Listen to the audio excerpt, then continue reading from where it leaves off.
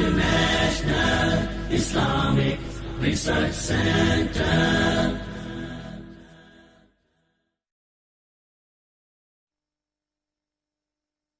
اللهم صل على محمد النبي الأمي وعلى آله وسلم.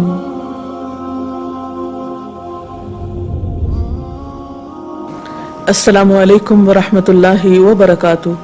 نحمده ونصلي على رسوله الكريم. اما بعد فاعوذ باللہ من الشیطان الرجیم. بسم اللہ الرحمن الرحیم.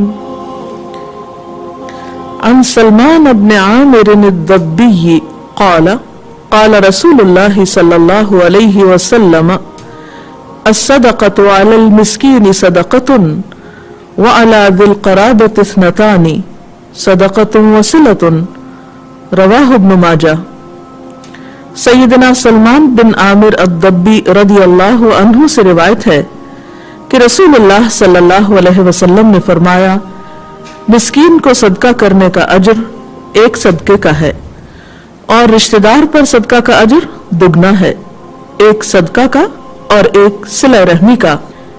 اس حدیث کی روح سے ہمیں یہ بات معلوم ہوتی ہے کہ صدقہ کس کو دیا جائے تو زیادہ اجر و ثواب کا باعث ہے. صدقہ کا لفظ صاد دال قاف سے نکلا ہے. صدقہ کا معنی ہوتا ہے سچ کہنا. انسان جب اللہ کے راستے میں بے غرض ہو کر کوئی چیز خرچ کرتا ہے تو دراصل وہ اپنے ایمان کی تصدیق کرتا ہے. اس نے جو کہا ہوتا ہے کہ میں اللہ کو مانتا ہوں اور میں یوم آخرت کو مانتا ہوں، تو وہ اس بات کی سچائی کو ثابت کرتا ہے کہ واقعی وہ اللہ کی رضا کے لیے کام کر رہا ہے اور اس کام کا صلہ وہ آخرت میں چاہتا ہے. ہمارے ہاں عام طور پر یہ تصور پایا جاتا ہے کہ صدقے کے مستحق صرف مسکین یا فقیر لوگ ہوتے ہیں کہ جن کو کچھ دیا جا سکتا ہے. ان کے علاوہ کسی اور پر خرچ کرنا شاید صدقہ شمار نہیں ہوتا، یا دوسرے لفظوں میں نیکی شمار نہیں ہوتا. بات پھر نیت کی ہے.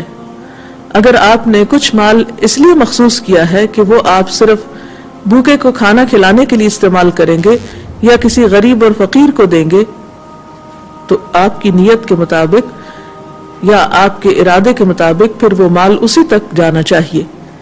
لیکن اگر آپ صرف اللہ کی رضا کی خاطر کسی انسان کی بھلائی کے لیے کسی بھی نیکی کے کام میں خرچ کرتے ہیں تو اس پر بھی یقیناً اجر ہے.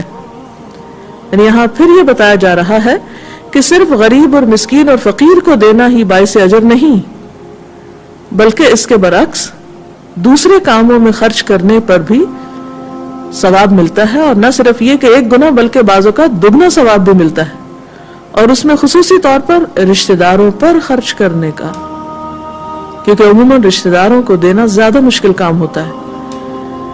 غریب مسکین کو تو ہم اس کی ایک ضرورت کو سامنے رکھتے ہوئے کچھ دے دیتے ہیں، اور بعض اوقات ہمارے دل میں رحم کے جذبات ہوتے ہیں یا ہم کسی پر مہربان ہونا چاہتے ہیں، اور بعض اوقات ہم اس کی اصل حقیقت جانتے بھی نہیں ہوتے، تو ہمارے لیے دینا مشکل نہیں ہوتا.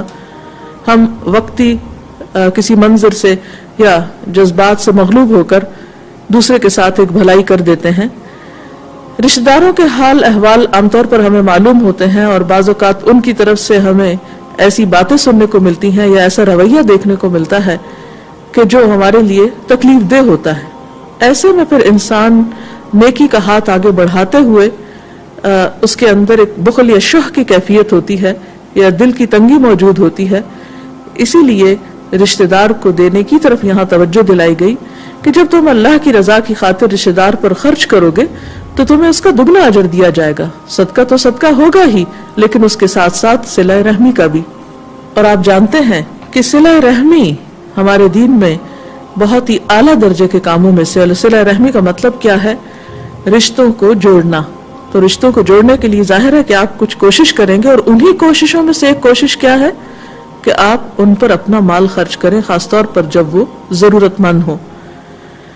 قرآن پاک میں آتا ہے والذین یصلون ما امر اللہ بہ ان یوصل ویخشون ربهم ویخافون سوء الحساب والذین صبروا ابتغاء وجه ربهم وأقاموا الصلاة وأنفقوا مما رزقناهم سرا وعلانية ويدرؤون بالحسنة السيئة أولئك لهم عقبى الدار جنات عدن يدخلونها ومن صلح من آبائهم وأزواجهم وذرياتهم والملائكة يدخلون عليهم من كل باب سلام عليكم بما صبرتم فنعم عقبى الدار. اس کا معنی یہ ہے اور وہ لوگ جو ان رشتوں کو جوڑتے ہیں جن کے بارے میں اللہ نے حکم دیا کہ انہیں جوڑا جائے اور اپنے رب سے ڈرتے ہیں اور برے حساب سے ڈرتے ہیں اور جن کی روش یہ ہوتی ہے کہ اللہ نے جن جن روابط کو برقرار رکھنے کا حکم دیا ہے انہیں برقرار رکھتے ہیں، اپنے رب سے ڈرتے ہیں اور اس بات کا خوف رکھتے ہیں کہ کہیں ان سے بری طرح حساب نہ لے لیا جائے. ان کا حال یہ ہوتا ہے کہ اپنے رب کی رضا کے لیے صبر سے کام لیتے ہیں، نماز قائم کرتے ہیں، ہمارے دیے ہوئے رزق میں سے علانیہ اور پوشیدہ خرچ کرتے ہیں اور برائی کو بھلائی سے دفع کرتے ہیں. آخرت کا گھر انہی لوگوں کے لیے ہے، یعنی ایسے باغ جو ان کی ابدی قیام گاہ ہوں گے، وہ خود بھی ان میں داخل ہوں گے اور ان کے آباء و اجداد اور ان کی بیویوں اور ان کی اولاد میں سے جو جو صالح ہیں وہ بھی ان کے ساتھ وہاں جائیں گے. ملائکہ ہر طرف سے ان کے استقبال کے لیے آئیں گے اور ان سے کہیں گے تم پر سلامتی ہے، تم نے دنیا میں جس طرح صبر سے کام لیا اس کی بدولت آج تم اس کے مستحق ہوئے ہو، بس کیا ہی خوب ہے یہ آخرت کا گھر. تو ان آیات سے بھی پتہ یہ چلتا ہے کہ صلہ رحمی کرنا، رشتہ داروں کے ساتھ تعلقات اچھے رکھنا اور اچھے تعلقات کے لیے تمام تر کوششیں کرنا اللہ تعالیٰ کے پسندیدہ ترین کاموں میں سے ہے. اور یہ وہی لوگ کر سکتے ہیں جن کے دل میں خدا کا خوف ہو اور جن کے دل میں یہ ڈر ہو کہ اگر ہم نے رشتہ داروں کے حقوق ادا نہ کیے تو ہم سے بری طرح حساب لیا جائے گا، قیامت کے دن پوچھ ہوگی. اور یہ سب کام وہی شخص کر سکتا ہے جس کے اندر صبر اور برداشت ہو، جو نماز پابندی سے ادا کرے، جو اللہ کے دیے ہوئے میں سے کھلے اور چھپے خرچ کرنے کی صلاحیت رکھتا ہو اور جو برائی کا جواب بھلائی سے دے سکتا ہو. وَيَدْرَؤُونَ بِالْحَسَنَةِ السَّيِّئَةَ کہ سیئہ یعنی برائی کا جواب وہ حسنہ نیکی کے ساتھ دیتے ہیں. صلہ رحمی بھی جب ہی ہو سکتی ہے جب ہم مقابلے کی بجائے برائی کا جواب برائی سے دینے کی بجائے برائی کا جواب بھلائی سے دینے والے ہوں اور دوسرے کی طرف سے آئی ہوئی تکلیف کو یک طرفہ طور پر معاف کر دینے والے ہوں. فرمائے اولئک لہم عقبی الدار، ایسے لوگوں کے لیے آخرت کا گھر ہے. اور وہاں پر نہ صرف یہ کہ وہ خود جائیں گے بلکہ ان کے تمام تر قریبی رشتہ دار بھی ان کے ساتھ ہوں گے. دنیا میں عام طور پر انسان اسی وقت زیادہ انجوائے کرتا ہے جب کسی جگہ پر اس کے خون کے رشتے اور اس کے قریبی دوست احباب بھی اس کے ساتھ ہوتے ہیں.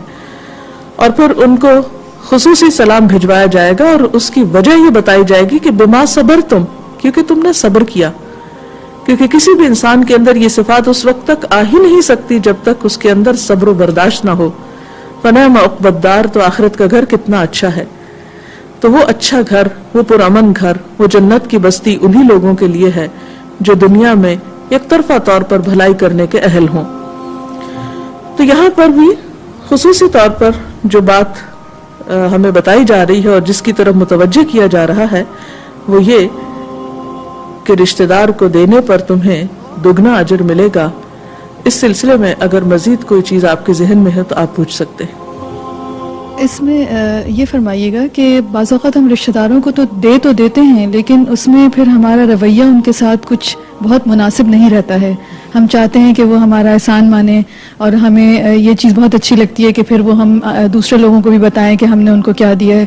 تو کیا رشتہ داروں کو دینے میں ہمارا رویہ میٹر کرتا ہے کہ ہم نے ان کو ایک چیز دی تو ہے لیکن اس کے ساتھ پھر ہمارا رویہ ان کے ساتھ کیا ہے یا ہمارے دل میں کیا جذبات ہیں، کیا یہ چیز میٹر کرتی ہے؟ جی ہاں، آپ نے بہت اچھی چیز کی طرف توجہ دلائی ہے. عام طور پر ہم ایک نیکی تو کر رہے ہوتے ہیں لیکن اس کے ساتھ ساتھ ایسے کام بھی کرتے ہیں جس سے اس نیکی کا صفایا ہوتا چلا جائے.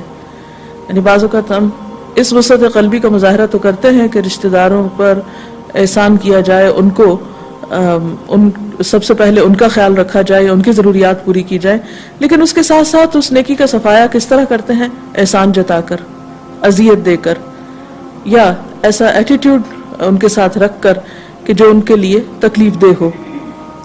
تو نیکی کرنے کے بعد نیکی کو جتانا نیکی نہ کرنے سے زیادہ نقصان دہ چیز ہے. یعنی ایک شخص نیکی کرتا ہی نہیں، وہ بھی غلط کر رہا ہے، لیکن جو شخص نیکی کرنے کے بعد اس کو جتاتا ہے یا دوسروں کو تکلیف دیتا ہے کسی بھی طریقے سے، خاص صلے کی توقع رکھ کے یا پھر تعریف کی توقع رکھ کے یا شکریہ کی توقع رکھ کے یا پھر احسان جتا کر یا دکھاوا کر کے یا دوسروں کے سامنے اس کو ذکر کر کے، تو یہ تمام چیزیں نیکی نہ کرنے سے کہیں زیادہ بدتر ہیں اور کہیں زیادہ انسان کے لیے نقصان دہ ہیں. قیامت کے دن اللہ تعالیٰ اس شخص کی طرف دیکھے گا بھی نہیں.